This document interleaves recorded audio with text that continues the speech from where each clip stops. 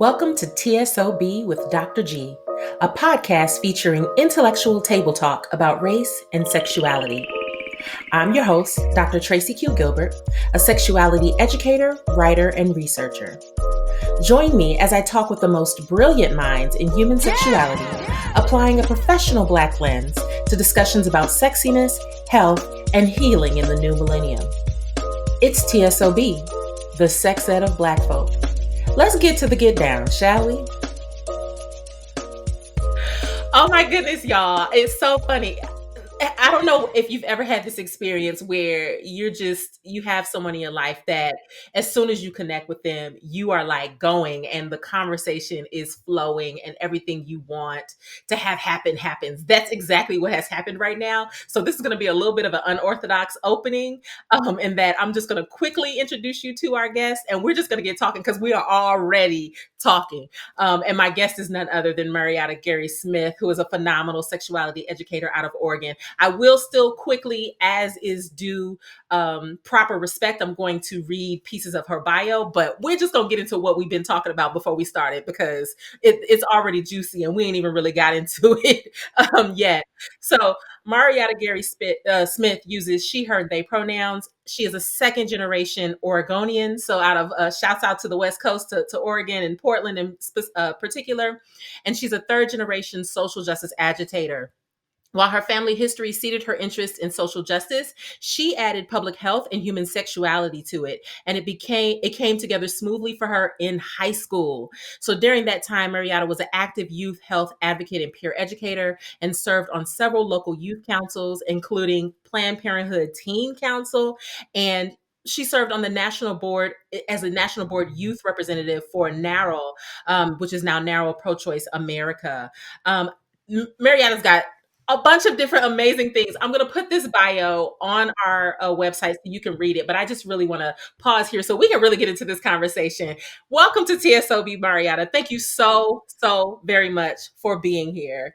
Oh, Dr. Tracy, thank you so much. You know I'm calling you that because you are due every time. Yes. We gonna cite the work here, Yes, Dr. Tracy. Cite the work. absolutely. We cite the work. We And cite the work. I just want to be clear to folks, like I would read her whole bio as I do every guest, but we just started with such an amazing conversation that I was just like, let's get here. Like you can read the bio stuff. You can see like she's dope. She does amazing things. She runs, at some point we'll talk about the organization that she co-founded, the Women of Color Sexual Health Network, which is an amazing group. I'm so honored to be a member of. But let's get into it, right? Let's Basically, we were go. I'm talking here for it. about Let's go. what it was like being, and I'm just going to say this for me. Feel free to correct me if you don't feel aligned with this, Mariotta. But for me, this felt very much like what it is like to contemplate and think about sex ed when you're an auntie, when you reach official auntie status, right? So the coincidence between us is that we're both over 40. We are both Black femmes over 40, which means we grew up in particular eras of time that are very different than a lot of folks in our current profession right now who do this work. A lot of them being closer to like millennial, younger millennial, and maybe even Gen Z status, and recognizing that there's some difference there in terms of what we're thinking about and what our priorities are, and even some of the ways in which we think about this topic. So we're really going to get into that. Of course, though, I must have due diligence and ask you the questions that I ask every single guest in this podcast. So let's start off, Mariotta. We already kind of learned a little bit, but tell me where you're from, where your people from, and what's got you thinking about sex these days. Yay. Yay. Thank you. So Dr. Tracy, I just want to say how excited I am to be a guest on this amazing podcast. I have been listening from the beginning and I have enjoyed every episode I've heard. So I'm so honored and so humbled to be part of this wonderful, wonderful collective that you are gathering together. You're curating this experience. So thank you so much for reaching out to me. I am from Portland, Oregon. Born and raised, although I've lived other places, Portland is my home. As you mentioned, second generation. My grandparents, my mother's parents, and my father's parents both were part of the Great Migration that Isabel Wilkerson talks about in her book, The Warmth of Other Suns. So my roots, as they would say, came west, Mhm. from Oklahoma, Texas, and Virginia, respectively. That's where my grandparents are from. All right. Um, I call myself a hybrid kid in that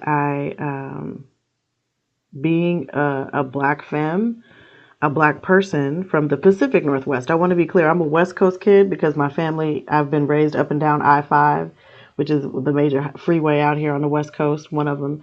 Um, but being raised in the Pacific Northwest is a unique experience Mhm. in itself. This is a very white part of the country, racialized, if we're talking about racialized folks.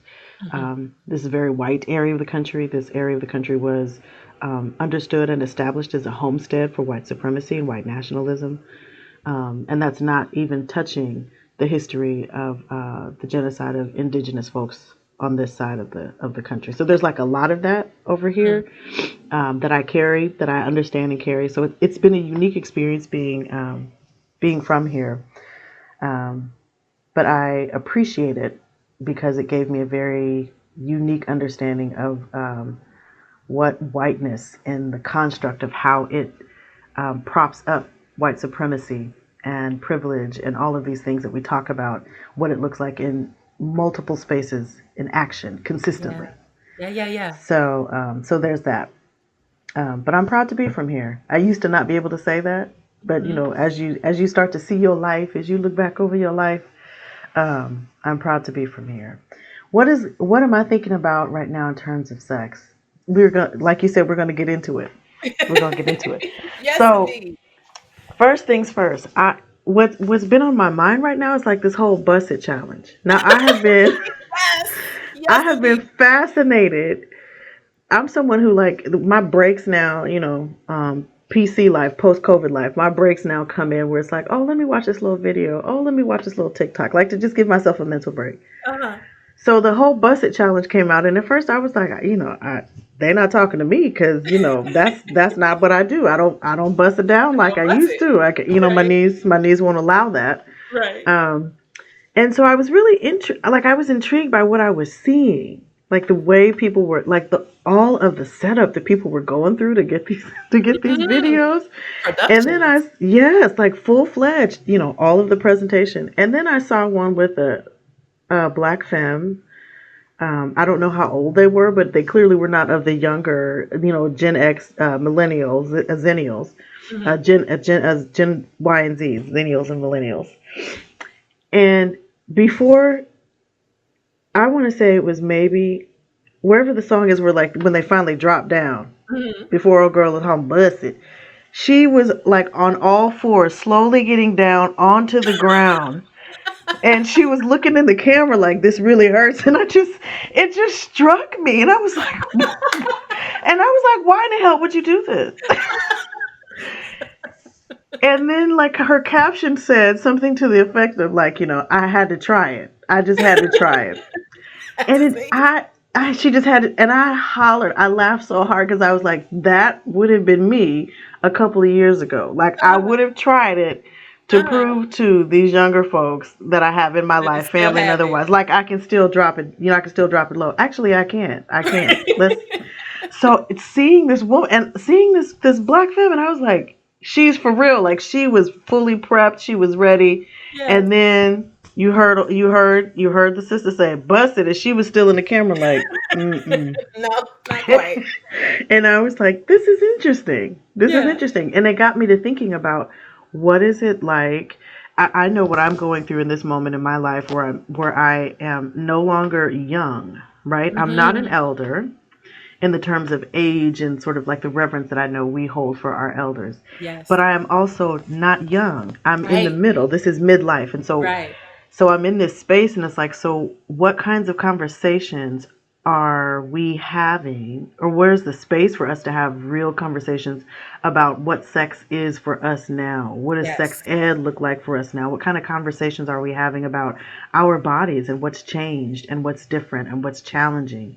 And that, and where is a safe space for Mm-hmm. Black femmes, for Black people to do that who are 40 plus, 45 plus, right? Yeah. This group of us who grew up on, a different world, and Mm-hmm. who are of the hip hop generation, like, and of that era, Mhm. Who in many ways are the architects, right? Are the Yes. well, and I will say the I won't say the architects. I think if we're really talking architects, then we going back to like the 50s, we going back to the 40s, we going back to our Right. parents and grandparents, but I think we were definitely the forebearers of a lot of what we see now. I mean, Oh, like, yes. I think one of the things that makes the Bust It Challenge so dope is that it starts with a song that we used to really bust it down to, right? Like Yes. Nelly, Yes. Hot in Here was ours, right? And I That was remember ours. burning up some dance floors to Hot in Here. And so, it's still very much a part of our legacy as young Black Mm-hmm. folks at some point. And yet, what does it then mean to like move on and pass it on Mm-hmm. and Yes. say, well, To this is for release y'all it. To now. release it with love. Be like, you Yes. take that. You take You that. take it and you go forward. You move ahead with it. So it's been interesting to think. Yeah. That's sort of like where my head has been. Okay, okay. Well, one of the things that's interesting to me about that, and by the time this airs, we'll actually be maybe about a month or so past the Busted Challenge, and there'll probably be some new There'll be a challenge. new But one. Mm-hmm. I think some of the dynamics are the same. One of the things that really struck me this time was just how much I found myself reacting to the age of people participating. This has been the first time because I think I've started to become aware that there are young people who I find attractive, who I'm like, oh, actually, you are way younger than I thought you were. Like, you're actually in your 20s. Okay, I get that that's a new thing.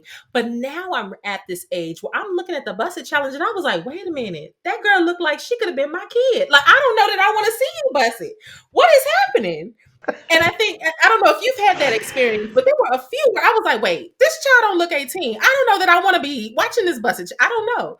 And then just this past week, Chloe Bailey did hers, and I was like, oh Lord, I know she grown, See, but I'm so not look, ready. I'm so not ready. look. So it's a whole See, we're different gonna get energy into it. So I think what for me it's like I want to celebrate like what I see in younger people and now. younger Yes. Black folk, just sort of holding the space to be their full selves, which I think is beautiful, because I feel like for me in my own experience that I did a lot of fighting in Mm-hmm. order to be able to sort of own my own space, and some Mm-hmm. of that was my own shit, and Mm-hmm. and a lot of it was sort of like what was happening, what was inherited, what was happening in the space, all of these other things that informed it. Mm-hmm. And so there is a sense of joyfulness about like seeing the challenge, seeing people go through do the challenge, and it's like that's Yep. wonderful. And yet I feel this sense of um, like I'm dated by it at the same time, Yes. and it's really fascinating to sort of check in with myself and be like, Yes. like I Yeah. don't know if this makes sense to me to see this. So it's Yes. like, so thinking of, when you mentioned Chloe, and at first, and again, and I have young people. I'm so thankful for my young folks in my life that I'm allowed to be in their lives, my family and otherwise. They send me all kinds of text, like whatever. They're like, "Oh, TT, you need to get caught up on this," or "Tima, you need to get caught up on this," and I'll be like, Yes. "What the hell are y'all sending me?" Right. And so I didn't know they were talking about, "Oh, you need to see Chloe," and I was like, "Who? I don't know who." That's the other thing is becoming out. I'll be like, who now? And I It's was like, actually "Who are you celebrities. talking I about?" don't know. And so they were like, Chloe and Hallie. And I was like, "Oh, okay." So like I make a connection. And then I was like, "Wait a minute, what is she doing?" And so I was so like, they were all, so I have younger cousins. They were like, "Oh, we're gonna do this. We're gonna do this. You gonna do it with us?" And I was like, "No." No, thank Like you. that's, Y'all got you it. know, like, and this is where I really, the last couple of years, this is where I've been like, you know what, this is what aunties, this is what, older, big sis or whatever, this is when I step in, and it's like, you have to let that go. Yeah, it's a right, and I think that's the rites of passage, being able to like transition Yes. and say, it's not my time in the sun anymore. It's yours. Yes. Enjoy it. And at the same, I'll be working on releasing my internalized the need, this thing that I need to protect you, right? Like I think there is some of that I remember from my experience, that internalizing of, oh, we don't want anyone to take advantage of you. And it's like, no, it's okay. I can set you free. Right? There's that Right? Brittany. I really appreciate that that historical part of blackness, of black culture as I've experienced it, where I've had these amazing aunties and other mothers and godmothers and other people in my life who have supported and nurtured me. And so, as someone who was child free by choice, I really honor when people, when folks allow me to have space in their children's Yeah. lives, right? And I think about the experience that I had, and so I want to show up and be present in the same way for my kiddos, as I call them. Mm-hmm. And so it's like, to think that to think now as I look back, to think that I have kiddos that I've known since they were, since before they were born, and they're loud, they're now like 26, Mm-hmm. 27, Oh, and they're adults. living these full, robust 3D, 4D lives. Mm-hmm. And it's like, I put in on Yes. that. Like, there's this wonderful sense of pride that I have, and an accomplishment, and also, like you said, fear of these wonderful, fully, as fully whole as they are in that moment, black folks walking around Mm-hmm. who are, who are conscious of who they are, where they are in the world, that they are fearless, I guess, in the same way maybe we were when we were that age, that Mm-hmm. there's a sense of so much that's available to Yeah. you. I was gonna say even more so. Like they're more fearless than I know I Yeah. was. It's a lot of stuff that Oh they do that yeah. I'm like, I never Oh, that I never wouldn't would have thought that consider was it at possible. And all. so it's inspiring. And I admit sometimes I'm a little envious of like, damn, I wish I could have did that when I was your age. I wish I would have known. Sometimes I think, I wish I had taken that chance. Like, the experiences or things when they're talking to me, and it's like, I wish I had. I remember when this may have, was an opportunity or something was presented. I wish I had enough, confidence or enough, ability to figure out how to make that Hmm. decision, and not be. Um, I was raised with a lot of, different kind of informed understandings of how I was supposed to Oh be, yeah. and so a lot of that impacted some of the decisions I made, and I don't regret them. And I'm also clear, Yeah. like, had I made a different decision, it might It'd be have been a something different else. situation. Yeah. And I think there's that balance, right? Like there's some things that I acknowledge I have twinges of envy, but most of it I'm like, nah, I get it, Yes, right? yes, It was a different time. And, you know, there's a lot of things that younger folks are going through that I'm like, there's no way I would have been able to exactly. function with that. Like, So for real, I real talk, I'm so thankful that most of the shenanigans I engaged in when I was younger is not available to be they're not on viewed on the recording. internets or the interwebs. Like, there's no way. There's no Absolutely. way. Like, yeah, I would There's not no have been able way. to function. Absolutely. There's Absolutely. no way. Okay, so tell me your story. Tell the people your story of how you got into sex ed and kind of how it, and even if you want to talk about how your experience growing up in the era that we did, how that informed that journey for you. Yeah. So sex ed came a little bit later in terms of, like, the field, right? So that came a lot later. Um, I was introduced to public health, or, kind of the a more of a medical understanding of that through my mom. Back in the mid '80s, my mother worked for an organization, called the National Black Women's Health Project. They were based in Mhm. Atlanta, Mhm. and she was, part of the first staff collective that did that really important work. And so this organization was really focused on, empowering, Black women, Black femmes in Atlanta and throughout the Deep South, to advocate for themselves to improve their own health outcomes. And so, my mom was a bit, we were a bit of a unique novelty coming to Atlanta, in that my mother was, a second generation Oregonian. Um, she had never been to the Deep South. She wanted to attend college. She actually applied to Spelman, but my Mhm. grandmother forbade her to go to the South for Oh, school. wow. And so she did not. She stayed here at Oregon and stayed here in Oregon. And so, she took this job and moved to Atlanta. We moved to Atlanta. She moved to Atlanta in 1983, and I followed reluctantly soon after. Um, And so what happened was and these were all women who worked for the organization at the time. All of the women had daughters. And so when all of the mothers would come together to work, the daughters would be brought, because that's what we did. You brought your children to work. And we were sat down somewhere, but they were like, figure it out. Like literally, that's what they would say to us: figure this out, because we got to go to work. So there was, so there was like a room. That's resonant. That is resonant. Right, Yeah. right.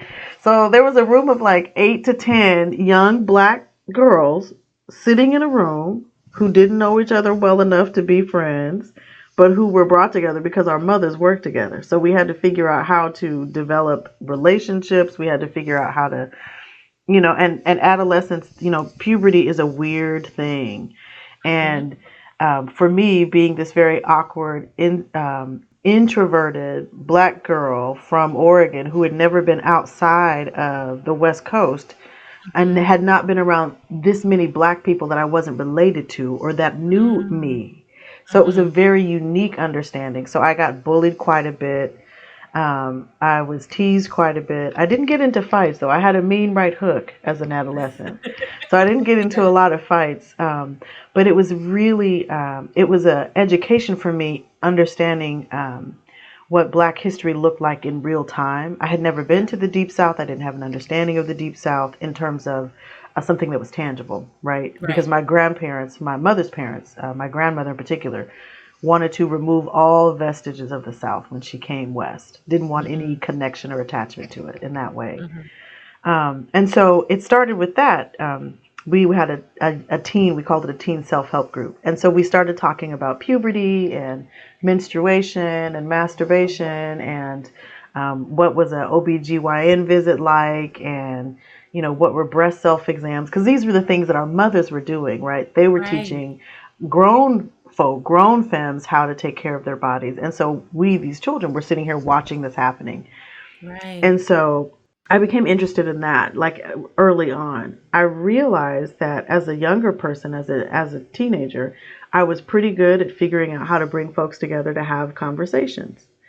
I was sort of like I was a good mediator and or moderator. And I figured that out early. Sex, in terms of my own interest, because I was an introvert and still am for the most part, I was curious about what my friends were doing, because I wasn't doing sexual things, sexual behavior. I wasn't engaging in sexual encounters in high school at all. For my friends who did, my mom and our house was the drop-in spot. Like, they knew they could come and ask my mom questions. My mom was a safe, trusted adult. I was someone who they felt they could talk to. So I was always curious. I was like, well, why did you make that decision? Why did you do that? And I was just curious, like what was happening with folks in their head that would inform this decision path that they had taken. And so I really got intrigued by that, because I know, even though I wasn't engaging in any kind of sexual encounters or behavior with folk, I knew where my head was going. And I was trying to figure out for myself, like, what am I, what is it that I'm trying to get to here? What is it that I really want, as opposed to what, what's going to happen? Right. And so, so that's kind of how I got into it in high school, and became an advocate in a real sense.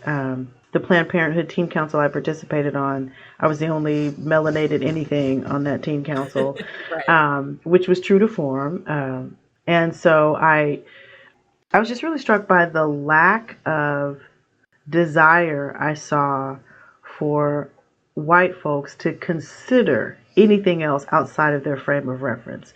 It wasn't even like you had information, or you had access, or you knew whoever, you had a black person that you could call or talk to. Sometimes my mother or my family were those people, and yet you still didn't.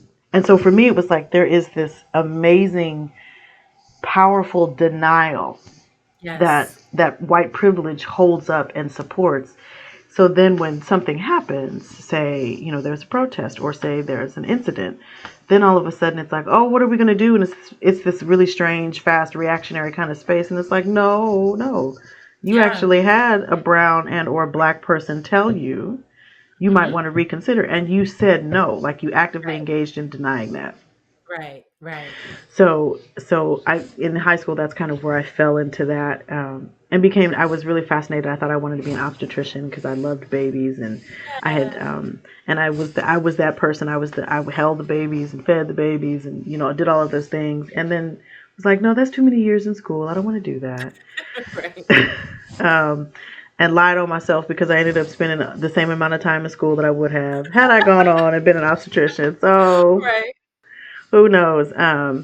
But the I really appreciated that I had this grounding around centering Black people and Black femmes in particular in the way that I wanted to do my work, and I owe all of that to the work that my mom did in the mid '80s with the National Black Women's Health Project, and seeing them model what it looked like to hold space for Black folks to just be together, Yes.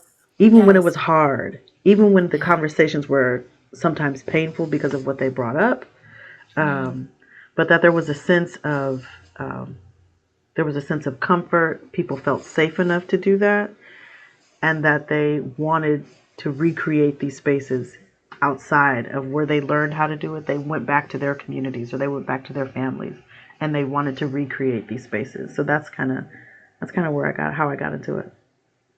I I'm not gonna cry, but I'm sitting with just the gravity of what you're saying because like the generational aspect of it, because when you Mm-hmm. talk, and I'm sure you know this, and I'm not going to get too far into this because this isn't the point of this conversation, but I'm just struck by when you look at our profession, right? And I'm trying to use profession and not field per the reminder of Tanya Bass, who we've had on this Yes. show, who talks about the significance of using the term like in the field. But Yes. when we talk about this profession and you look at who's lauded as the pioneers, as the These trailblazers, pillars, as the yes, as these historians, as the pillars. pillars, Yes. that folks like your mother and her crew are completely left out, and yet there they are doing that work and laying that groundwork. And so when you have a profession where folks are like, well, where are the people of color and what are they doing? And the Black folk, I mean, are they really even doing this work? And it's like, we've been here. We've been here this whole time. And From the beginning. from the From beginning, the beginning. and in many cases, in spite of, right? Yes. In spite of Yes. your denial of our voices and denial of our expertise and denial of our capacity to do this work, here we are Here we out are. doing it. And so I'm just moved by that story because I like no one could have told me. I actually was just in an interview this week and someone was asking me about my journey and I was like, nobody could have told me when I was 16 and 17 that this was something that Black people did, like sex education was Right. something that we did. Right. And so Exactly. being able, like I feel like I would have saved myself a lot of energy to be able to have someone like your mom to be like, "Oh my god, that's a thing." Okay. And it's not shameful to be interested and curious No. about sex and to, No, and I give full credit to my mother, and my aunts and other folks, but I give full credit to them because I was raised in a space where asking questions about my body or my health was expected. Like I was taught to do that. yeah. And there wasn't, even when it was hard for my mother, it's amazing what you just said. There's a memory I have when I turned 16, my mother turned 40. There was a big like Mm. deal for both of us. And Mhm. I remember my mother was during the summer. We were both flying home back to Portland for a visit to visit family, and I remember going to the airport to pick up my mother.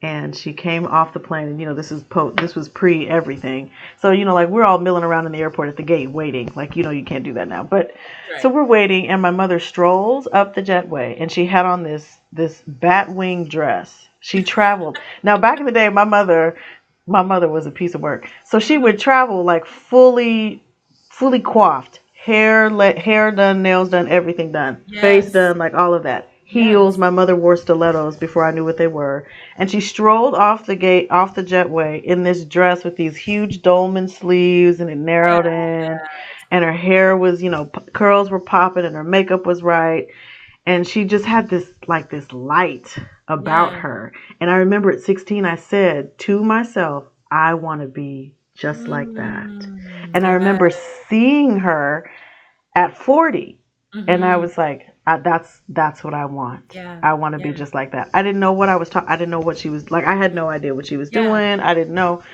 but I had this vision, right? And so I think about when I turned 40, Mhm. I thought about what I had claimed at 16 in terms of what I wanted for my life. Mhm. And I think about the fact that I had a living, breathing example Of what of you could what be. I could be. And I Yes. think about how many young black folk may not know what that looks like Mhm. Mhm. in an immediate sense, right? Like you may have it in other places, but to always see it, to Yes. always have it And to present, always know that it's possible.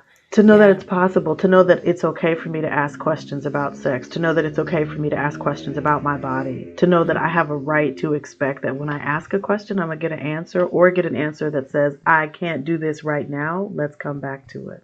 Mhm. Right? It's a Mhm. pause, not a full stop. So Right. I appreciate that I was grounded in that.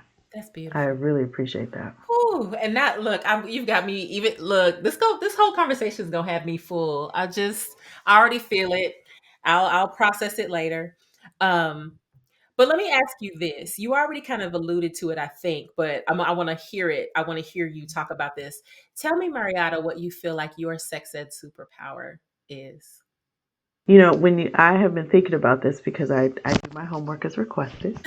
Um, I want to be honest, it took me a minute to figure out my own truth because I didn't know for a long time. Mhm. There are pieces that I'm still working on for my own stuff around what I'm good at.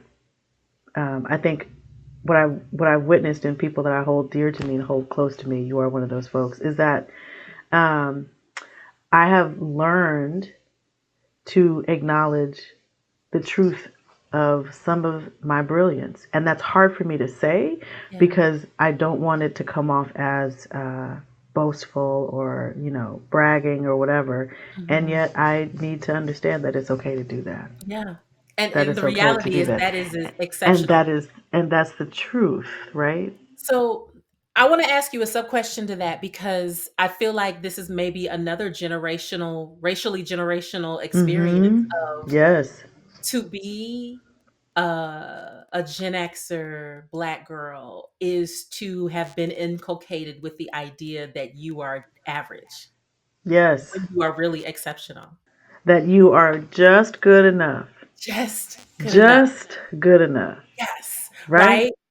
And you like my experience has been because what I felt like I experienced of this idea of like we're all just out here like there's nothing more special in me than anyone else, to where Mm-hmm. as you grow up and you start to see that in fact the opposite is true, that your standards and your level of production is so far higher than so many Yes. other people around you that it takes Yes. to getting like Black Girl Magic was not, shouts out to Kashawn Thompson, Black Girl Yes. Magic was not a thing that was just kind of known that, oh, I'm it was just like I'm Mm-mm. just being me. And then you look back and it's like we were so fucking dope. Like we were so brilliant. Like for a long time. Right? For a long time. And so it is that to me, I feel like it's this switch. One, I feel like that's the difference where I love that this generation feels to me that they are much more in tune with their brilliance and much more Mm-hmm. in tune with the unapologetic Yes. nature of owning that and saying, no, I'm Yes, I brilliant. was gonna say yes, that was the word that came to my ownership. Like there's an ownership Yes. of their space and of who they are and what they bring. There's no confusion. Yes. And I think for us who had to kind of get ours on the back end, it is coming back to own it and be like, actually, y'all had me messed up this entire time. Let's keep it real. Like all this time, Come I on. thought that we was all just out here shining. And the reality is that my son has been a little bit bigger than yours for a long time. And we are only just now as a society starting to recognize that.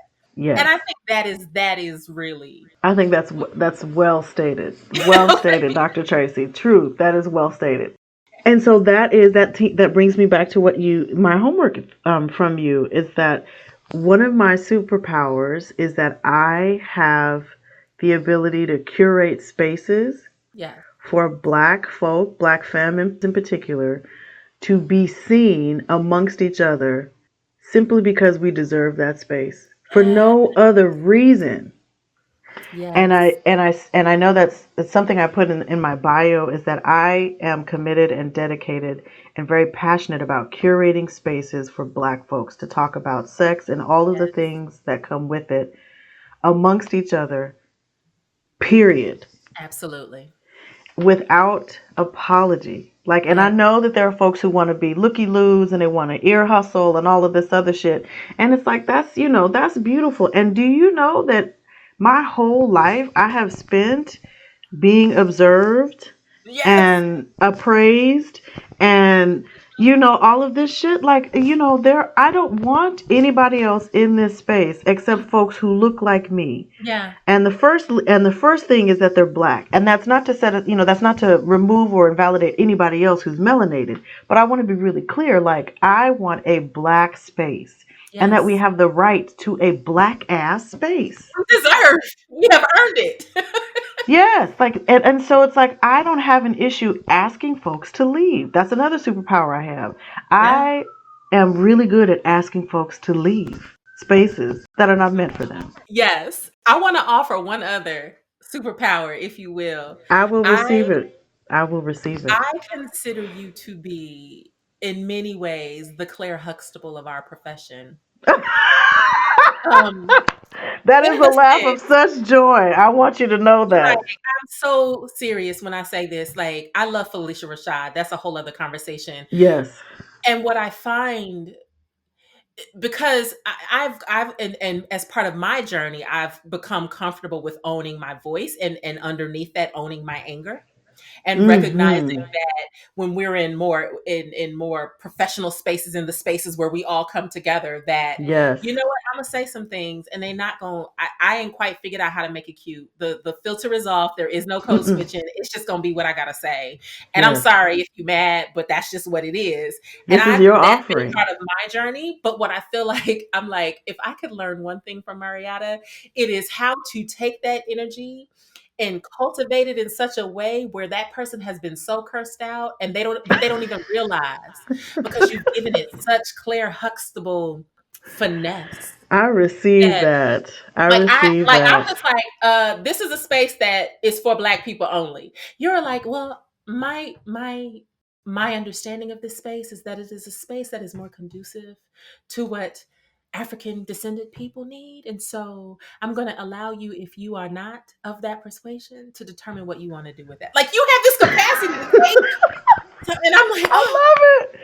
I'm I like, love it. you are so lovingly cursed out right now. Like, I don't, I receive that. I receive it. I'm second meanwhile, generation. I'm second generation. My mother is, I have never witnessed anybody like get in your ass with such grace than my mother. And people yeah, tell me I'm more like her mother, my grandmother, who was not. My grandmother was extremely clear and did not sugarcoat yeah, anything.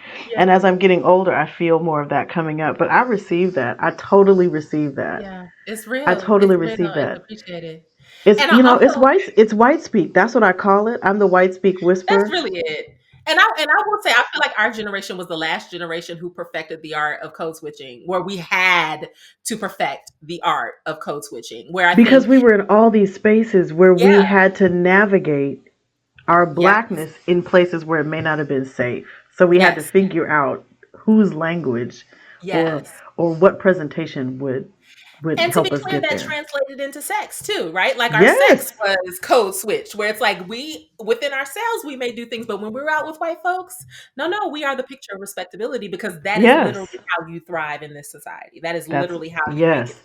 That's That how you you made it don't. through. I just had this conversation with a guest earlier today that, um, that we kept our legs closed, that we used proper language, that That's what we we were told. always That's what I was aspired to told. college. Right. Like, there's a That's what I reason was why we all told. got these degrees now, is because that's what we were told in order That to was the be successful expectation. That was the and not become a expectation. statistic. We were not, I was not supposed to. I was not supposed to use broken English.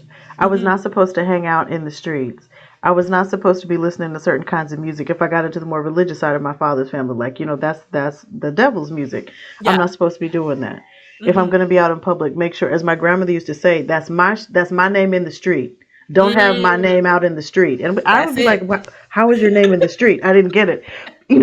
But I understood. She was really clear, like, you're not going to disrespect me. Yes. So get yourself together Yes. when you're out here in the, and so it's like having all of that, and Hmm. also being where I was raised in a very white space, and coming from a family that had some visibility for the work that they did.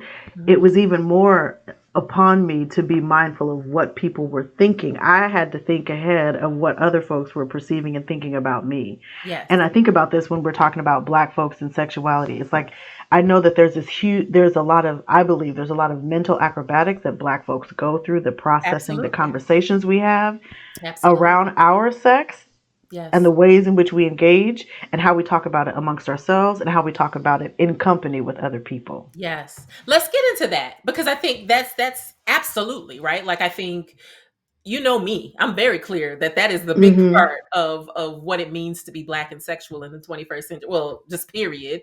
And also what stands as kind of the biggest opportunity for us if we're ever going to get to this space of sexual liberation. So Yes. tell me in your mind what you feel like are the spaces and the opportunities for black people with regard to racialization and how that's affected our sexuality over time. Yes. There's so much there. I firmly believe that the culture of whiteness, or the cult of whiteness, has Mm, really elevated these extremes around what blackness looks like, in terms of this very skewed, um, deviant kind of thinking, yeah. right?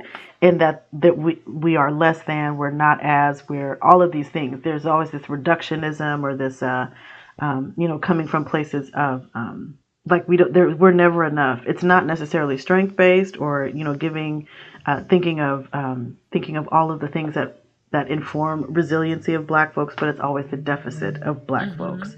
And I've always believed that kind of perception and thinking has deeply traumatized the ways in which we engage around conversations around sex, and even the ways we have our sex. And Absolutely. I don't want to, and I'm not saying that in terms of like what people choose to do, because what people choose to do is what they're going to do. Right. And I want black folks to be able to choose what they want to do with a full sense of joy, and an Yes. expectation that there's going to be pleasure in these choices that they're making. And I Yes. think when you're coming from a mindset of, or a cult of whiteness, or a culture of whiteness that is grounded in supremacy and reductionism, or removal, be as it may be, of all the things that are black, Hmm. that there is this practice where you get into, even for yourself, like, you get into the space of, oh, I shouldn't be doing that, or Hmm. maybe I shouldn't be thinking about that, or maybe I shouldn't Hmm. ask for that, or like, you start to do this to yourself. And it's like, um, for my own personal journey, I've had to, throughout my own experience, I've had to really learn how to embrace that I have a right to pleasure, that black folks from the beginning have been denied the right to That's pleasure, it. Yeah. that there was a sense of freedom and abandon and joy in the ways that Yes. we expressed ourselves, including through our sexual encounters and spaces, right? Yes. And Yes. it was entirely too much for the forefolk Hmm. of this whatever this is. Like, it was entirely too much for their powdered wig selves. And so it's like, Right. that's Hmm. fine, and that ain't your shit. So you don't need to be regulating nobody else's shit. You need to regulate why y'all over here in these powdered wigs doing shit that ain't nobody else concerned about, but you Right. want everybody to be paying attention to this. Nobody Right. cares about what you're doing. Right. Right. You need to regulate why you feel You like need to you regulate need that. to regulate why you regulating us. Regulate Thank that. you. Yes. Right. Absolutely. And what else, what I feel like is also coming up for me is not only record, because I feel in a lot of ways I do feel like there is a legacy of pleasure in our community, right? Like when Mm-hmm. you look at our cultural experience, like I'm still convinced that sex positivity came from us. period. Like, you would not have sex positivity the way it is in our society, uplifted and celebrated, if not for the inspiration of literal Black bodies being willing to have sex, willing to Mm-hmm. get it in. But I think there's also it's that, but it's also the ability to do it and not feel any type of way about it. Like, to do it Yes. and not feel apologetic, because I think Yes. it's what I've seen is that we don't have no problem having sex. It's the owning it. It is the saying, I don't feel bad about it. There's nothing wrong with this sex that I have, that I am Yes. unapologetically having sex, and I will continue to have sex, and I will enjoy this pleasure that I have. That Yes. to me feels like that gap Yes. where we're not maximizing on our sexual experience. That even when we look at sex positivity and we look at the ways that Black culture is continually mined for sexual inspiration, Mm-hmm. it's still the Mm-hmm. idea of like, well, if white people are doing it, it's cool. But we can't feel too happy about what we're doing. Like, Right. it's kind of like a guilty pleasure, right? That's what we call it, a guilty pleasure. But it's like, no, I don't Mm-hmm. feel guilty. I'm doing this because it gives me life, and Right. And I like it. and I I like it, like it. and I'm going to Yes. continue. Like, I feel like that is the piece that is also that we gotta. Yes. I sparkle to that. I totally sparkle to that. And it brings up for me, when you said that, it also brings up for me this, when we're talking about like Black sexuality and pleasure, right? That there is this need to, in our culture, um, to dissect everything about the pleasure that you witness or you see Black folks Mhm, having. So you need to mhm. define and categorize Yes, and go through all of these exercises to in some way validate for yourself why Black folks would be seeking or receiving or having pleasure from whatever they're choosing to do, yes, when all of these activities and the results of the activities have absolutely nothing to do with you. at all. And so it's like you are going through all of this work. Like, this is work and energy you could be putting into, say, being anti-racist, say, planting a garden, Right? say, doing better, say, supporting indigenous communities. I don't know. Like, you could be doing all kinds of shit, but you are actively engaged Minding in our business. deconstructing and tearing apart until you understand what's happening for Black folks and their pleasure. Yeah, And it's like, and we're doing I it. Yeah. yes, and in turn, and that's what, and I recognize, and I feel like and I know we've been in similar spaces, like when we get into these professional spaces. Shout out to Tanya Bass. Thank you. That was a wonderful reminder for me.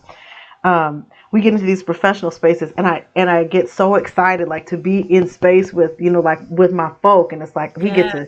we get to sit and touch and love on each other and have these conversations, or not, like, we're just together, and Mhm. there's always this weird sense of someone just, like someone lurking. Yes. And it's, and it's Yes. just like, it's just this weird, and, like, I understand, I'm slightly a voyeur. I get it. Like, I know you like to look at things, be like, oh, okay, can I touch? No, like, okay, I Right. get that. And Right. no, you can't do that shit here, Right. because this is not for you. And yet At I all. feel like when we're in these spaces and when we're all together, it is a powerful thing to witness. I get it. Absolutely. Absolutely. It's a it force. It is a it's a force. force, Yeah. and there's always like this. I always feel like there's something on the periphery just wanting to figure out how you can infiltrate space Mhm.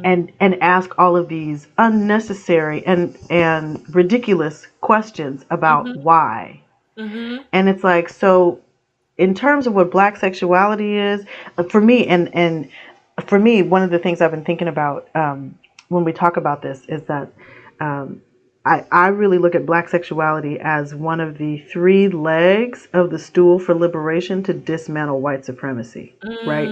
So Mm. to really harness the power of Black sexuality and pleasure that Black folks have from their sex is one of the key ways, to me, to dismantle white supremacy for true liberation. And Absolutely. that looks different for a lot of people. So I'm certainly not out here trying to prescribe anything in that way. But that there is this release of this generational weight Yes. that Black folks have had, for a long time, taught to us, and also repetitive behaviors that we've learned, generational behaviors Yeah. that I think that very much inform how we go about engaging in sexuality and in relationships. And so, like, thinking about our generation, like, where are the spaces where, over 40 Black femmes can sit and talk about what is their sex like now, or, what does their pleasure look like now, or how do you ask for pleasure, because it shifts and changes. And Yeah. how can we support our own evolution through this Yeah. process? Yeah.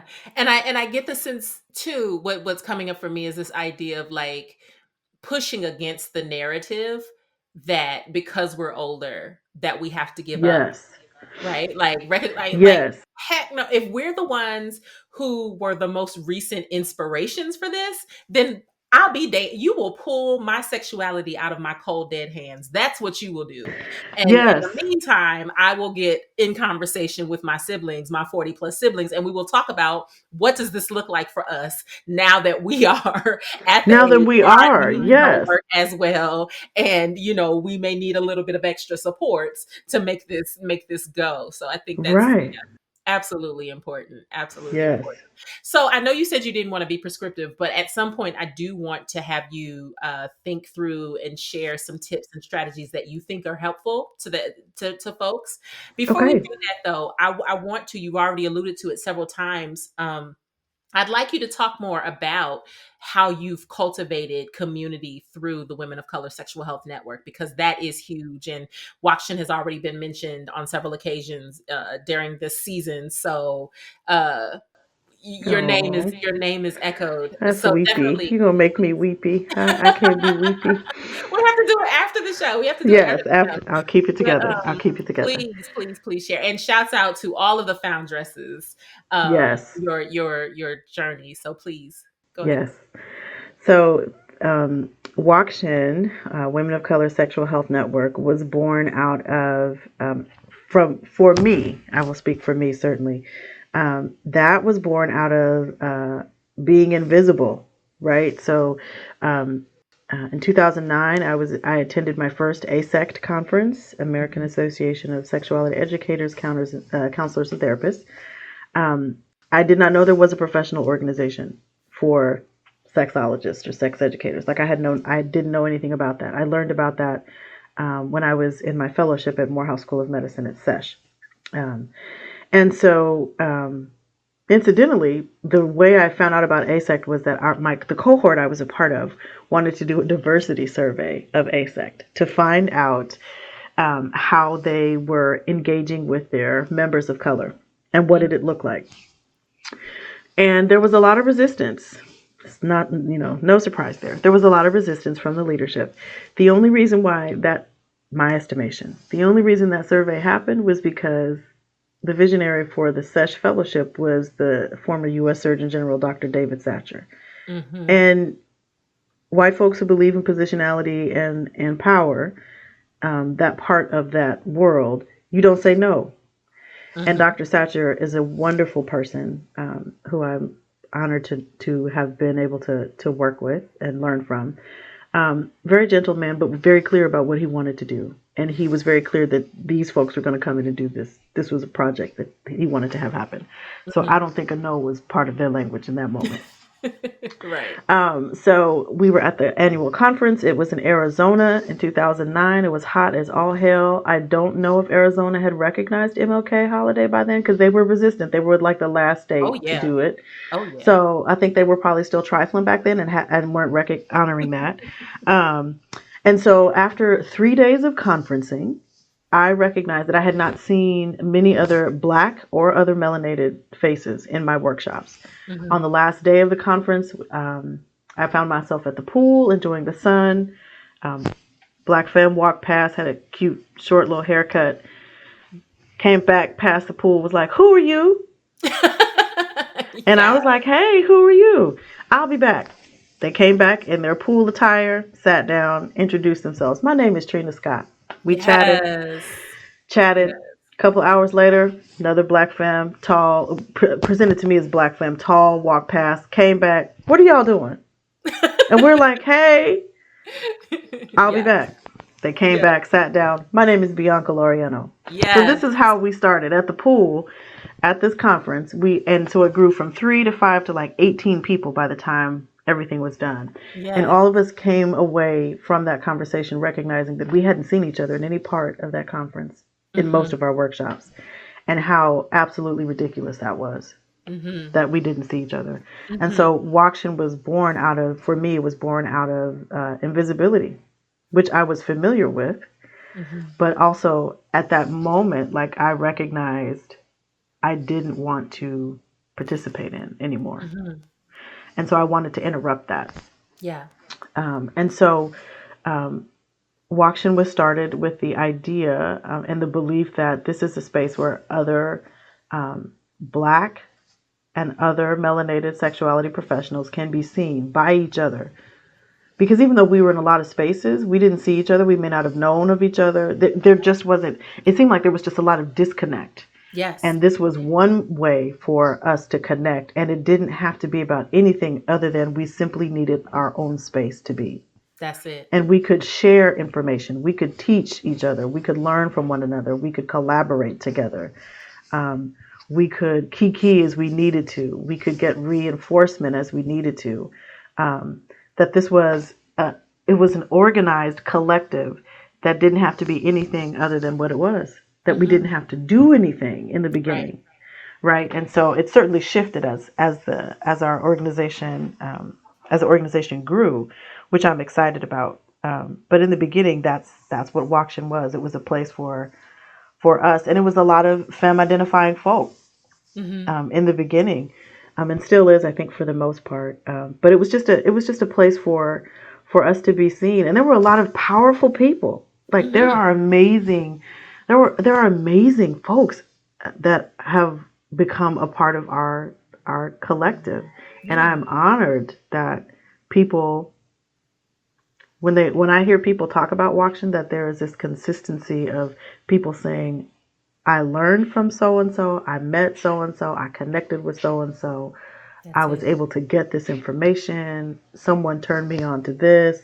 Like it's just I am so thankful that it what I wanted, it gave me what I wanted, it fed me what I wanted, and it still provides that.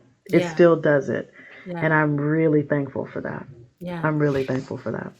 And what's striking for me as you say that is how much it feels like it carries on that same energy you were talking about with your mother and her Mhm. colleagues and your peers and saying, figure it out, right?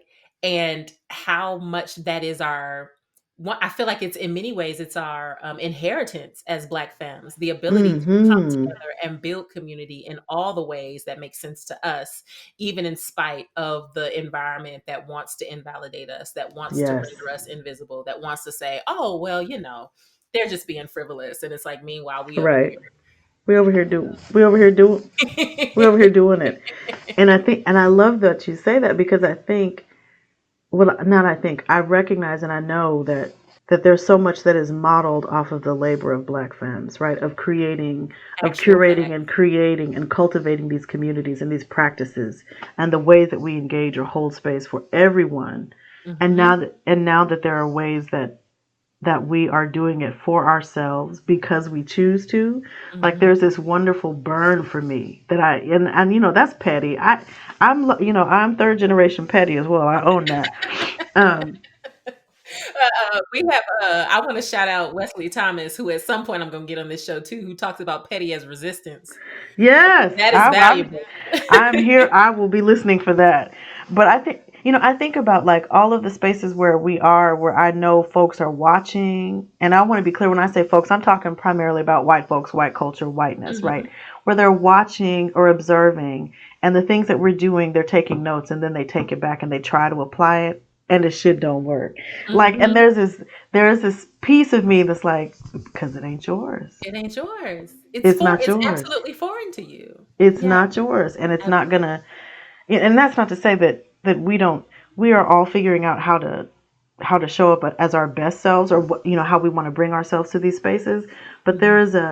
there is for me there is a genuine love that is expressed that I Yeah. get the encounters that I have with folks, that is, you cannot manufacture that and you cannot teach that. Yeah, it's real. It's real.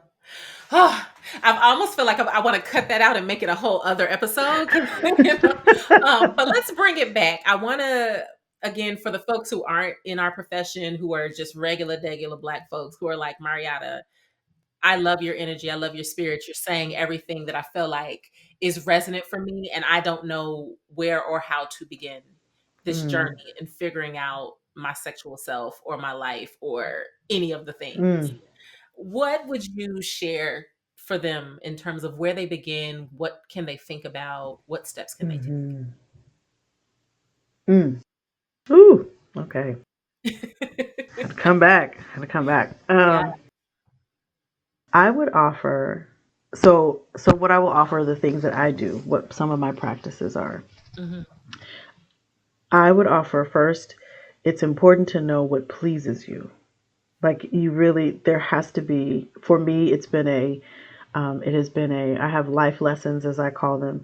One of my life lessons has been to get really clear on what brings me joy and what brings me pleasure. I think they can be one and the same, but they're also separate. And Hmm. there's nothing wrong with that.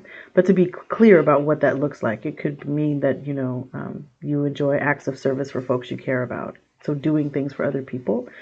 And in turn, what is the flip side of that? How are you for someone or some people doing things for you? How do you receive that? So being really clear about what you enjoy, what brings you pleasure.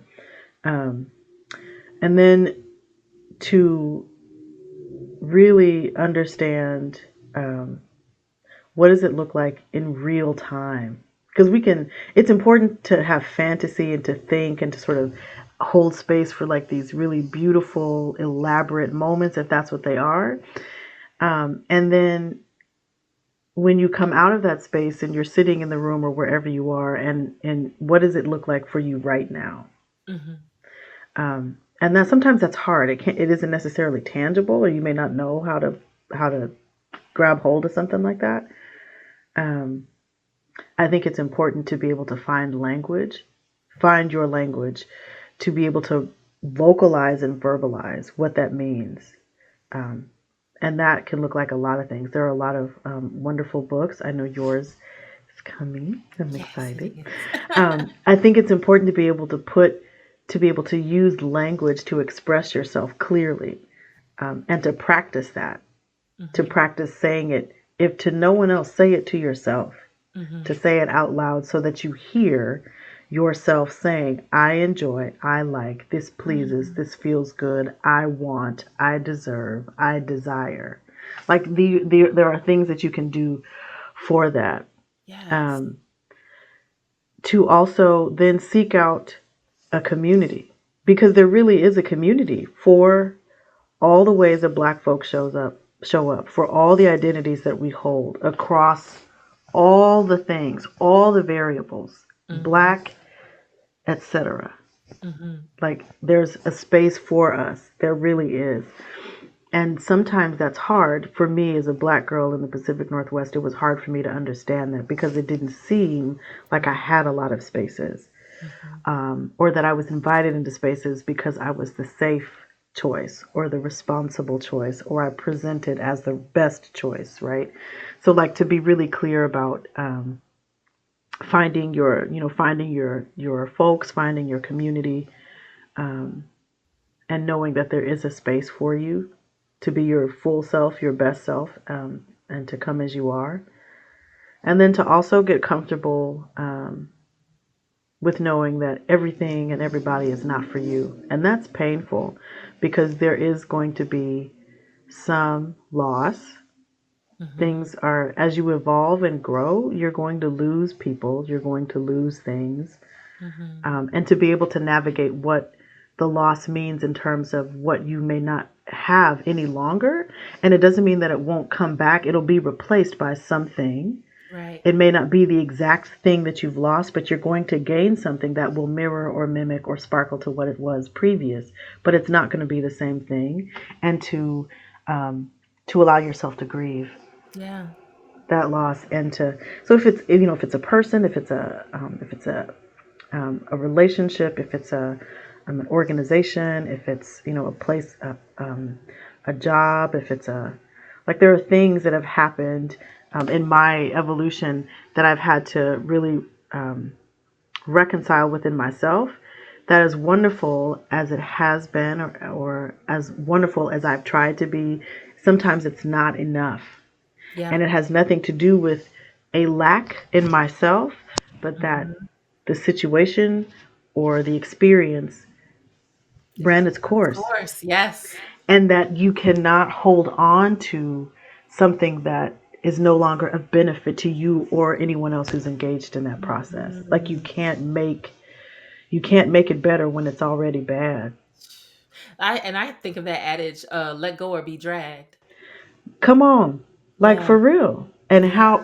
to think about how much harm that could inflict on you and other folks that are engaged in this. Mhm. And is that the legacy that you want for Yeah. this experience? Like, I'm not saying you gotta kiss and make up, but you can walk away saying, I did the best I could, and I'm able to leave this here knowing that I did that much. And it Mhm. may not have been enough, or it may not have been what you thought you needed, or what the You were situation enough for the needed. time where it was, right? You're in a Yes, as you evolve, it just and doesn't that's what it where you're going. was, that's what it was. That's what you had to offer. That's what the other person or the other folks had to offer.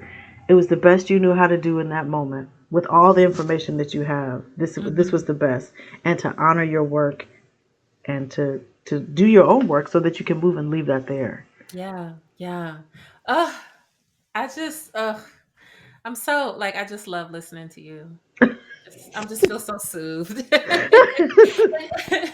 I just really want to real quickly want to just lift up what you said about the power that comes from just telling ourselves the truth. That if even if Hmm. you don't tell anyone else, just tell yourself the truth. If you can't go nowhere else, that's so important Yeah, because our it most important really is. relationship is with ourselves. And if you lying to yourself, how does that work? How do you? Right, and to really embrace, and especially telling yourself the truth. If there is a place, I know for me, I really advocate for Black and Brown folks to seek out therapy, mental health support, and Absolutely. therapy. I think it's important to have I don't want to say neutral party. I think it's important to have a sounding board and a place Yes. where you can release these things to someone who is invested in your wellness, but they aren't exactly tied to it in the Yeah. same way. I call it a holding space. Yes, Like I'm perfect, trying to make that perfect. up, but like someone who can give No, you I that think that's a holding wonderful, space. wonderful representation. Yes. I think it's important to be able to have a space to do that. And it may not necessarily, therapy and mental health support looks different for people. But I think it's helpful to have, if you have a circle of folks, a circle of beloveds, or however you define that space, these places for you to be able to have a space where you can say, without judgment, right? And that it'll be received as it is. To be able to say some things to yourself that are hard, because Yeah. telling the truth about yourself, sometimes it's a shitty mess, And and that's it. Yeah. and You it's just gotta call a thing and a thing. you have to call it what it is, and that you're not the only person who's a shitty mess, That's it. Yep. and it's Yep. okay to be a shitty mess. That you have a right to be a shitty mess, and you get to decide if you want to stay in that space or not. Mhm.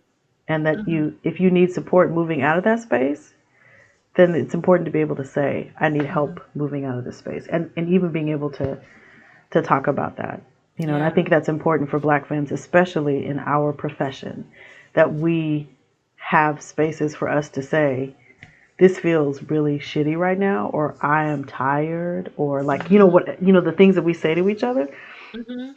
Because it's a I lot got to you. have. It's a lot. Yeah. And there's so many times. Again, I don't want to get too far into the profession, but there have been so many times that I've just been affirmed by Black femmes when it's like, I just gave this presentation and I know these white people are going to want all of my attention right now and I don't have it to give. Can And you I just don't have it. protect me right now? Can you just walk with me so they don't come over? Just something Man, simple. I It's so so sparkle important. to that. I have experienced that where I've had Black folks, Black femmes literally form a circle around me Yeah. A hedge of protection. Where's my auntie? I hear you, aunties. I hear them. I had a hedge of protection, yes, formed Yeah. around me where people could not get through. Yeah. And to know, Yeah. and I feel like WoCSHN in some ways is a hedge of protection for us. Absolutely. Oh, absolutely. And Without a doubt. I love that. I love Because when that. we get full, like big ups to Cindy Lee, who talks about getting full Voltron Come on. and all Yes, this Cindy 25 Lee. of us together.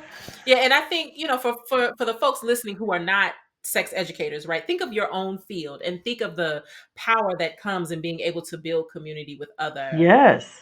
folks of color. Yes. And even if you're not a femme, right? Even if you're mask identified or you're a man, think about the opportunity that could come in being able to cultivate community in your profession if it is one that is predominantly white, if it is one Exactly. where you are challenged in being able to be yourself safely without being drained of your intelligence and your energy and all the things that make you brilliant and who you are. How can you in fact cultivate those intimate, and I would even dare say sexy spaces without it being pornographic, those safe and Mhm. cultivated spaces where you can just be Mhm. yourselves and not have to worry Yes. about entertaining uh, someone who is not from your community. Yes, But it's like so we're talking about this necessary. in terms of sex ed, but this energy can be cultivated in any space where you need it. And Period. it's so important. It is regenerative. It Yeah. allows you to recharge and to be poured into and to Yeah. be able to give back. And it's and we are an amazing, beautiful collective of folks when we get together. We have fun. We have fun. We have Yeah, I'm fun. thinking about karaoke, right? Like I just think about all the ways that I've been able to just cultivate fun when I'm with Black people in spaces where it's clear that they're not made for us. It's like, that's cool. We'll find our own fun and then you'll be all up in our faces. But we don't know Yes. to do that. And it's Yes. beautiful. It's a blessing to have It that is. gift, that ability. Yeah. Okay. So I've got my rapid fire questions coming up. But before we get to All that, right. Okay. the last question I want to invite you to answer is thinking about your place in society right now with everything that's going on and all the various changes that are happening. Reflect, if you will, about what you feel like your role, your function, your purpose, your I said legacy but in another conversation, but I'm going to pause on, like, I know that's kind of a little daunting for people, particularly given that in the words of Maya Angelou, we're not always sure what our legacy is yet because we still live it. Mm-hmm. I But say. just thinking about what you feel like your place is, share a little bit of your idea about that. Hmm. Ooh, Tracy be making look, y'all. Dr. Tracy gonna make y'all work. So when you get if and when you get invited, just be aware that Dr. Tracy gonna come with the she's don't act like you just gonna be sitting here cute because you're not. You're gonna work I and you're mean, we gonna got love work it to do. and It's you're the gonna work. love it. It's this is what we're supposed to do. Yeah. Um, I think my work now. This is a really timely. I also want to appreciate and honor that you asked this because this is requiring me to do some work that I'm doing for myself. Mm, Um, so I think right now my work is figuring out how to curate spaces again, similar to what um, was born in a sense out of WoCSHN from myself and Trina and Bianca, and sort of like understanding what the space was when that was born. mhm, But I feel like I'm at this place right now where I want to figure out how to curate these spaces for Black femmes over 40, over 45, to be able to have really honest conversations about sex in a very explicit kind of way where we yeah, haven't been able to before, mhm, and to talk about passion and pleasure and desire and what does that look like in real time and how yeah, can we access that with our partner or partners, with ourselves, within intimate personal relationships as well as platonic, right? So to be really clear about shout out to Afrosexology. They had a post that I shared recently on Instagram about being able to speak to your desire and how are you mm, able to speak to the needs that you have mhm, within platonic, and intimate relationships. And it's sort of it like there was a bell that rang for me, like, hey, Yeah. and it made me think about the ways in which I think, in my experience, how Black folks and Black femmes in particular do a lot of compartmentalizing around what folks do or how folks show up in our lives, or what, like, so where they fit in, because there are all of these things that we're holding. And so I want to be able to have conversations about, so where is your pleasure center in all of these things? Where is your passion space in all of these things? Is it being fed? And if it's not, are you articulating that in a way that people can hear? Yeah. And so that's where Are I you feel like commanding that? Are you yes. establishing that as a Are standard? you saying from jump, this is what Yeah. I need, Yeah. and this is what I have to offer? Yeah. And so that's part of my own work, but I feel like that's might be where I'm headed now, I love it. I love is to it. I'm create here those for it. spaces. And you remind me that we did have an intention pre-COVID to do some work together. So we're gonna get Yes. back to that Come at on, some because I'm point ready to once we talk all about get our pen and horophobia. paper. I still Yes, have that paper it's coming. that I Oh, it's wrote down coming. all the notes when you were, and I was like scribbling. I was like, please, pen, don't run out. And when the word horophobia came up, I literally threw everything down. I was like, I'm done. That's it. That's it. That's But it. that's not my creation. I heard that from Raquel Savage. At some point, I'm gonna get her on this show too. Mm-hmm. And I'm not sure if that's a word she coined or not. But once I heard it again, light bulb. Like, okay, Right. that's another concept we got to wrap our heads around. So, Yes. but yeah, but we will once we can all go back outside. Once outside becomes safe Once again, outside is safe, right? We can all go we'll back figure it outside. out. We'll figure it out.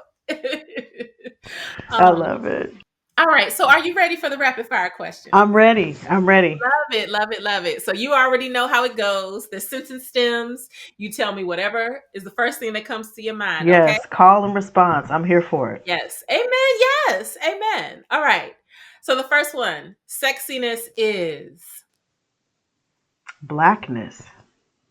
Yeah, absolutely. The Blackness. sexiest, yes.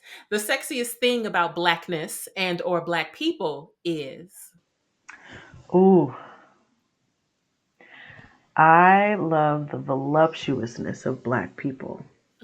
Like, there is this amazing, juicy voluptuousness about Black people that is from the skin to the bodies to the language to all of it. Voluminous. Yes, it is just, it's so much. That's legit. Like I think about being loved by a black person. There's no other feeling. There's no other thing like it. It Whether it's is, your grandma or right? a baby or your best It is friend. remarkable. It is a remarkable experience to Indeed, witness.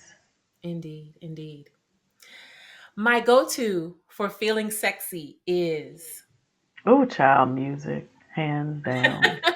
Depending upon the mood I'm trying to set. Uh-huh. Yes, but Any music for. particular artists? Um, you know, when I was younger, uh, all you had to do was put on some Maxwell back in the day. Like, Ooh, literally, ooh. three notes, and it was a Let me tell done you, deal. for me, I own it. Like I don't mean this in any pejorative sense, but I was gonna say I'm such a bird. You could Jodeci was it for me. You put on Jodeci, I to this day, I am to this day, like I just I'm not mad. I'm not mad at that. I'm I'm not. sorry, my heart belongs to you is phenomenal. I'm Like, not mad at and that. of course, their counterparts, which these younger generations don't understand. Their real counterpart was Boys to Men. Everybody wants to compare to them to Drew Look Hill and these now, other younger. I'm like, 50 no, candles was on the mixtape. Let's the be clear. contemporary look.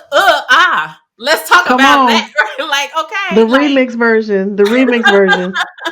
Their contemporaries were Boys to Men, and like Yes. those were the contemporaries. It's not Jodeci versus Drew Hill. It's not Jodeci versus Silk.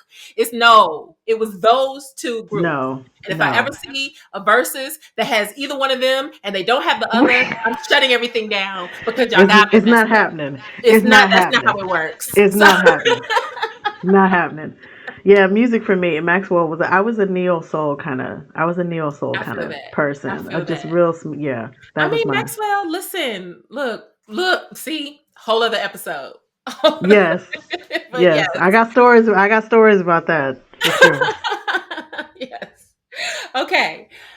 Okay, next one. Sexual freedom for Black folk is achieved when? Mm. Sexual. Did you say freedom or liberation? Because I Either heard one, but I both. said sexual Okay. freedom. But to me, Okay. they Sexual feel freedom. When Black folk can love in public, in the sunshine, and not be worried about what's happening anywhere else but in that moment. Mhm. And it can be witnessed Yes. by somebody else. Yes. Ooh. Mm. Ooh, yes. Okay. I'm gonna be sitting with that one for a minute. Um, whew. All right. Last but not least, when I am done being on this podcast, I will. When I'm done being on this podcast, I will turn on some music and go tend to my plant kiddos. I have turned into a plant lady thanks to COVID. Oh yes. Thanks to the Rona Ro. Hey, I have turned into a plant This Rona lady, has and changed so everything. yes, Yes. Rona, Miss COVID and her kin have thrown all kinds of wrenches, and so Saturdays I spend my days tending to my plants. I play music. I'm a member of the CQ Club, D Nice and Club Quarantine, so Yes.